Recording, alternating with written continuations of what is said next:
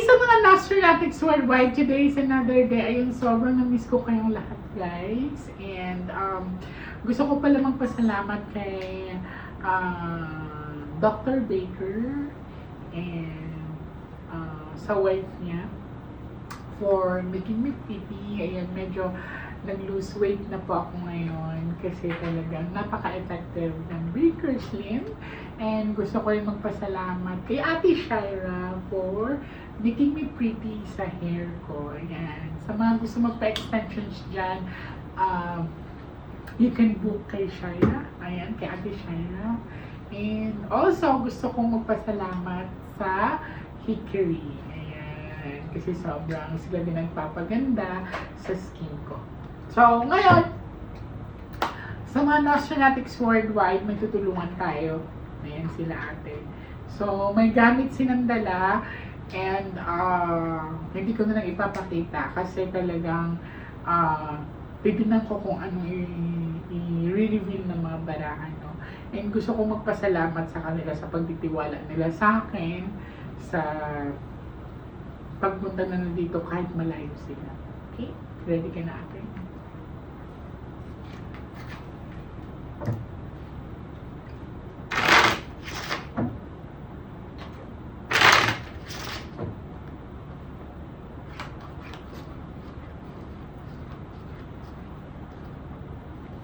Tapos,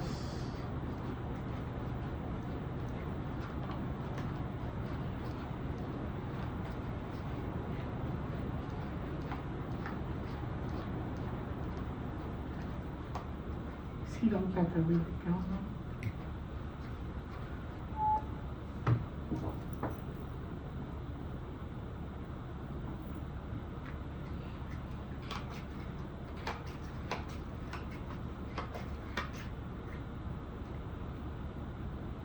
I want you to become my dear. Thank you. So this is you. I'm hoping that this is a red card.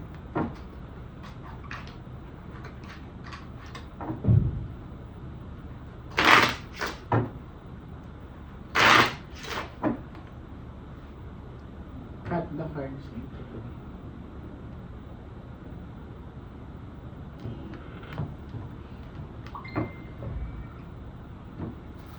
Kuha ka ng 7 cards sa total ending.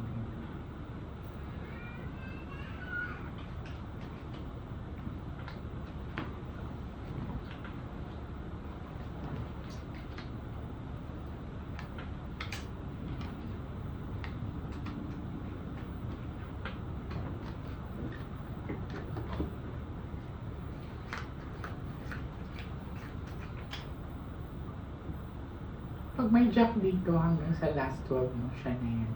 So, ikaw po ito.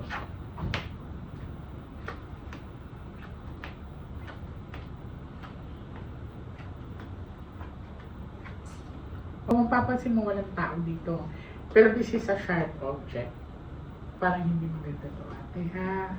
Kasi this is a sharp object. When you say sharp object, this is a representation of sapitan or yung tinatawag na may panlalaban. Okay? And then, nagulat ako dito, may perang involved. Actually, ang sinasabi sa akin ng barahan, nagkaroon ng problema sa pera ang kapatid mo. Isa yan. Okay?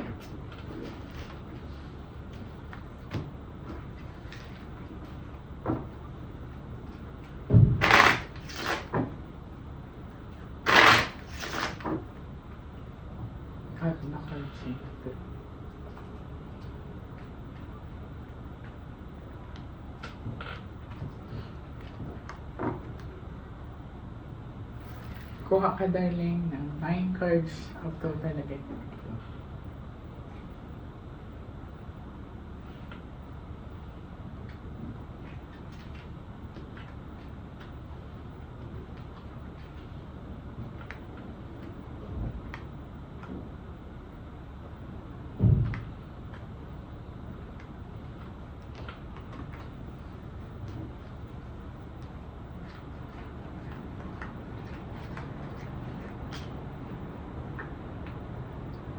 Pag may jack na lalabas dyan, sino yan?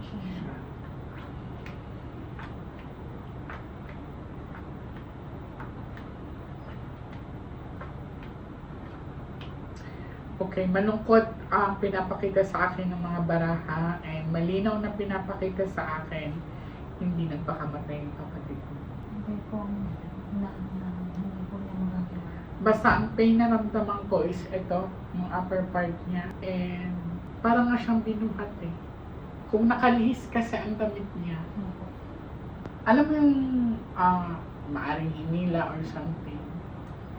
Kasi kung nakalihis ang damit niya, Hindi po kasi sa tabi ko lang po. nagpa-imbestiga ka na ate. Yung pagdating ko doon po, parang bantay sarado ako eh.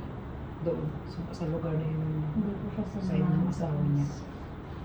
So hindi ka sinamahan sa pulis, ikaw lang ang Wala pumunta? Hindi, kasi wala akong alam sa lugar na yun eh. Kasi first time ko pumunta ng Cebu. Yung mismo yung biyana niya nagsabi na siya mismo na na wag daw ay autopsy. Bakit po gay Yun ang Siya. hindi ko alam. Tapos ang usapan po hihintayin si mama. Pagdating po ni mama, Nakauwi nakatulog na na po siya. sa bahay. Hindi po inantay si mama. Tapos, hindi sila pumayag na ipa-autopsy. Opo. Tinanong daw po sila ng pulis. Tinanong sila eh. May karapatan ka na Hindi nga po, na hindi po sa amin sinabi na nagtanong. Ang sabi nila kasi sa akin, wala daw foul play. Siyempre ako kasi hindi ko alam doon ang lugar. Tapos parang pakiramdam ko doon, parang may panganib lagi sa akin. Ang pakiramdam ko lang. Araw-araw doon, yun ang pakiramdam ko Mother, doon. sa akin na sa pinapakita sa akin ng mga baraha, hindi siya pa. Regaluhan kitang 13 cards ha. Pasasalamat ko sa inyo. So, balwarte yun ng babae. Yung lugar. Opo. Walang pa, lahat pa nila. Ako lang yung iba doon.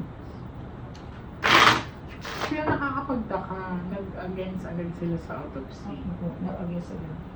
Na dapat po, tatanong ko po muna sa pamilya. Oo, sa pamilya. Kasi kayo ang pamilya eh. May karapatan kayong malaman yun. Hindi man sabihin mo na pagdating mo ron, Contact card certificate. naka-prepare na si kumbaga na. So, Talagang yun nga. nakaburo na siya. Mga ilang araw ka dumating ate, nung nalaman mong wala na yung anak mo. Nung linggo siya sabing namatay, Martes dumating ako doon. Buro na. So, hindi ka man lang inantay, hindi man lang nila pinapreserve ang katawan. Opo. Kasi pwede Hindi po, naman hindi yun po. sa sa mga morgue. Nung pwede Parang naman- minadali nga po. Minadali po. Madali po. It's very clear naman din kasi dito nang sinasabi sa akin. Though, may pain ako naramdaman dito. Kasi talagang sinadya siyang bigtiin, pero hindi siya nagbigti. Okay. Kuha ka ng 12 cards of total.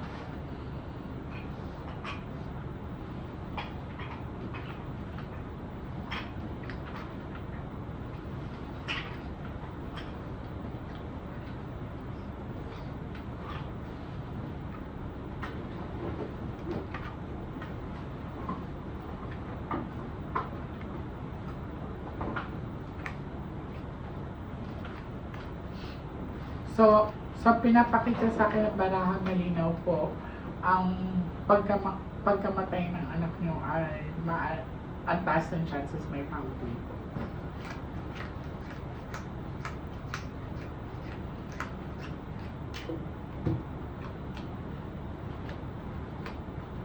Hindi siya tahimik. Look.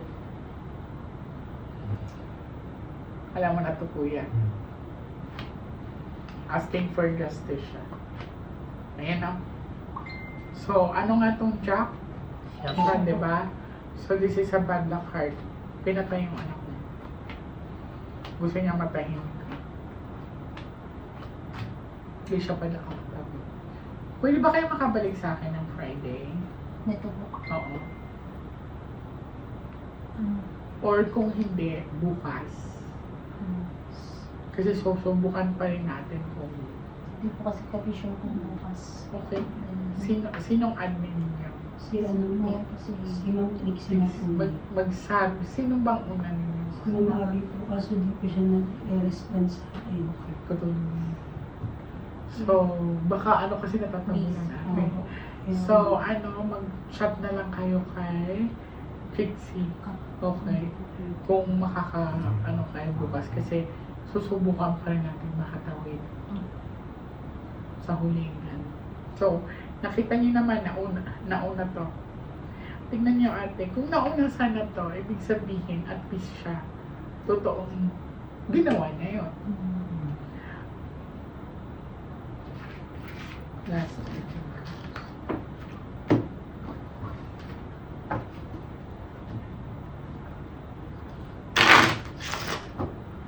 Doon pa lang sa tumagi sila sa pagpapa-autopsy at parang minadali ang pagburol. Question natin na yun. Nanay ka, dapat ano ka mas may karapatang ka. Hindi po ako makakita Takda doon. ka. Tapos parang kaya pa po nilang ipauwi yung kanyang kuya ko Dito, sa Bulacan. Ayaw. kuha ka ng last 13 cards. Bakit eh? Pamilya niyo naman yun eh. Nagtagal pa nga po doon ng Tapos Sa ma'am, dili-dili yung po. sa death cert niya, pwede ba naming banggitin? Anong nakalagay? Pinapirma po siya doon ng blanco na death cert na wala yung findings nung Hindi. Bakit ka pumirma? Kasi ganito po doon ang ano daw nila, packaging nila doon. Sila ang nag-aasikaso ng dead. Iba dito na kami kami ng tao. Dapat di ka pumapirma sa mga ganun na tapos wala ma'am, yung nakalagay. original na dumating, pinag- sabihin nyo na kasi Akin na yung birth Walang, hindi certificate. nga po, ang dala ng mga picture lang Nasa po. picture na. Patingin nga ako, te. Tingnan mo dyan sa ano sa Yung kasi pa para yung malaman death natin kung ano yung proseso yung Hindi. Pinadala ko doon sa message niya. Una pa lang, GC. bago i-release sa inyo ang death certificate, may nakalagay na dapat Yun nga po doon. Hindi po siguro nila. Parang Ganun nga daw po kasi na-set up rin ganun nila daw eh. lang style sa kanila doon ng pag-asikaso po eh. No. Pinadala na lang po yan sa Lagi LBC. pong dinidelay, tatawag po kami. Tatawag po si dinidelay. tita. Kung hindi Sabi pa namin nila tinakot, po, hindi pa nila papadala. Hindi pa po sinabing Nawag ano ko sa abogado, hindi pa napadala. Yan po ma'am, nakalagay. Napakaliwanag. Lumabas Homicide po po. dyan yung homicide. eh. Homicide pong nakalagay sa finding po ng doktor eh. Kaya po tinatanong namin kung nagkakamali ba yung mga polis sa investigasyon nila. Pero nilagay po dyan, nilagay homicide dyan po. Homicide. Hindi suicide. Isum mo siya dun sa mismong findings. Pero yung pinapirma po nila kay mama dun, blankong-blanco Blanco yung pa po. Yun ang findings. nakapirma. Hindi pa po nila Hindi pa naipapasa sa- napasa po sa Parang Xerox lang na wala po yan. para lang makauwi po kami kasi hindi kami Kasi makatawid. ang sabi nila, iniimbestigahan pa po. Hmm.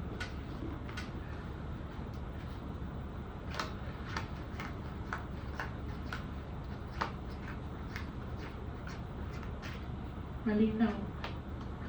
Sa unang baraha pa lang. Oo, basta Andun siya. Pero ang dahilan at saka tinatawag na pagdududa. Opo. So, maaaring may iba ang babae. Baka nahuli nito. Yun nga po, dahil kami po ni kuya na nakita daw po niya. Kainuman sila ng lalaki Laki. ni ex-husband. na ano po na Basta ang sabi dito, kahit di ka magkwento, maaaring nahuli to ng kuya mo. nakita po sa set. So, may iba. Pero wala po dun yung babae nung... Hindi naman kailangan na doon ang babae. sa ano po. So, manang inutos kang o kaya para mapatahimik yung... Tapos ano, Mm. nung gabi po bago magpakamatay daw po no si kuya, nagpalit pa po ng profile. yung babae. Yung kuya ko po, sa account niya na itim, may kalapati. Tapos, nang laman lang po niya ng bandang 9 or magte-10, tumawag po sa akin na Sigurado Wala pa nga kayo daw. na ang kuya nyo ang nagpalit ng yun nga po, profile. ano po namin, tapos nag-send pa daw po na hawak yung lupit. Hmm. Yung kamay po parang di po. Baka po kako yun yung dating pinananakot ni kuya na in-resend lang. Okay. But anyways, ate, ang taas ng chances na hindi nagpakamatay yung anak mo. So magkita tayo ulit kung kaya nyo bukas, kung hindi sa Friday, sa para sa pagsabi. Okay? Maraming salamat po. Thank you po.